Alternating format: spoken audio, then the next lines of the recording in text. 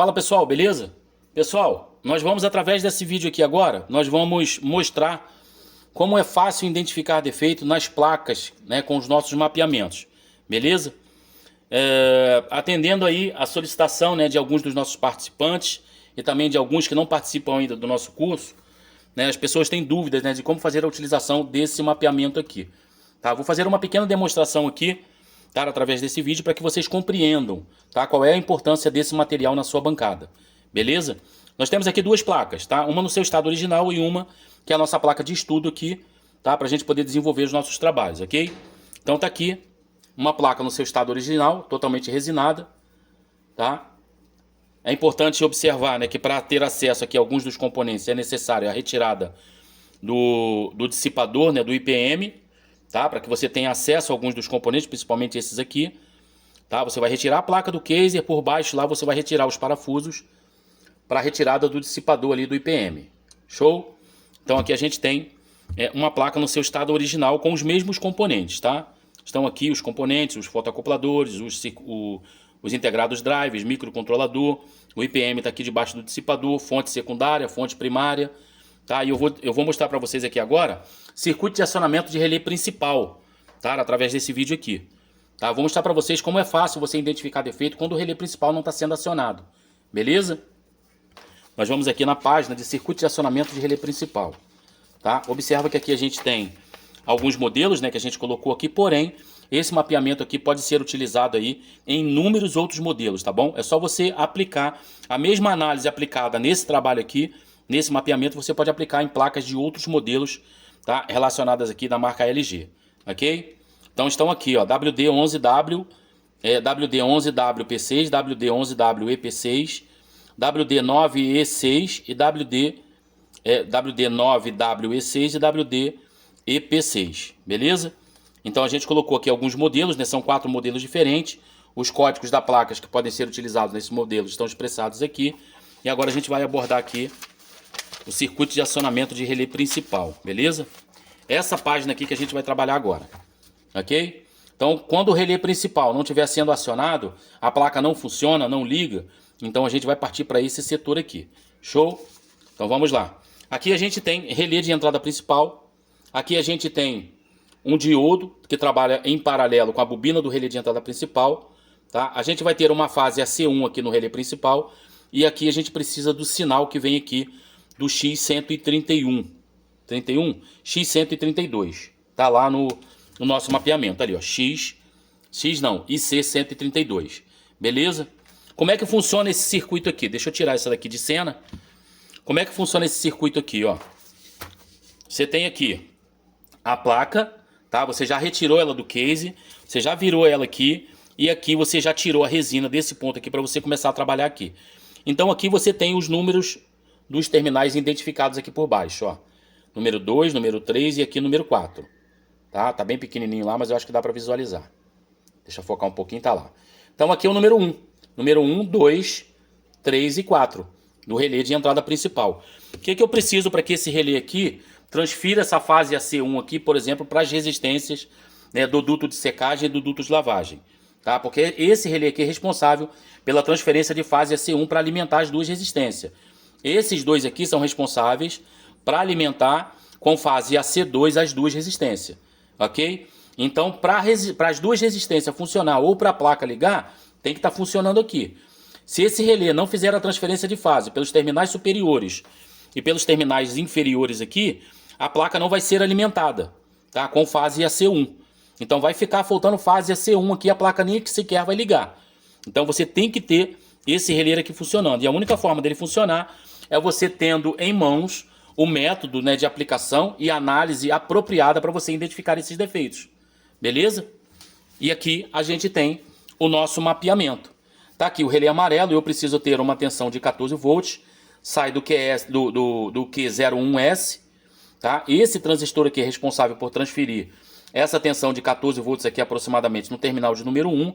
Aqui está o diodo que trabalha em paralelo, tá? E aqui a gente tem o microcontrolador, terminal de número 92, circuito integrado drive, responsável pelo pulso aqui para fazer com que a corrente circule e o relé assim atraque, transferindo a fase AC1 tá? Através do circuito interno da placa e também para poder alimentar os relés das resistências aqui. Então, dessa forma que você vai fazer a análise. Circuito integrado aqui está identificado, o IC132, está aqui, IC132. Eu quero verificar se o circuito impresso não está partido desse ponto a esse. No caso aqui, ó, do pino 16 ao pino, do pino 16 ao pino 2 aqui do relé. Então a gente vai bater aqui agora uma continuidade. Vamos lá, deixa eu desligar aqui novamente, que ele pediu arrego aqui o multímetro. Primeira coisa que eu vou verificar aqui, eu vou bater continuidade para ver se o circuito impresso não está quebrado, tá bom? Porque o relé não está funcionando, então eu tenho que saber se o sinal está propício para chegar até aqui.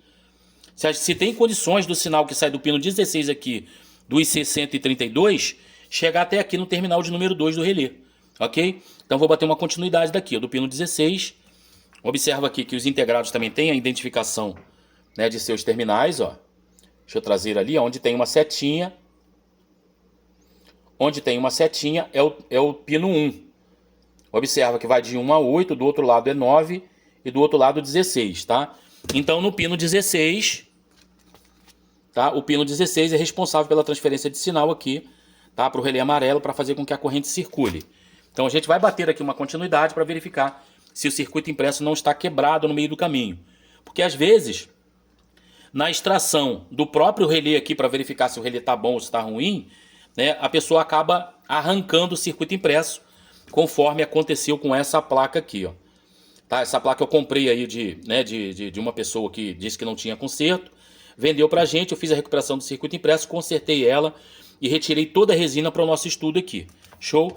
Então eu já recuperei o circuito impresso aqui, então eu vou ter que ter uma continuidade daqui, ó. Deixa eu ver aqui. Então eu vou ter que ter uma continuidade daqui até aqui, ó. Tá? Aqui vai no pino 2 lá do relé. Ok? Deixa eu verificar aqui. Aqui vai no pino 2 do relé, que no caso é aqui, ó. Vamos lá.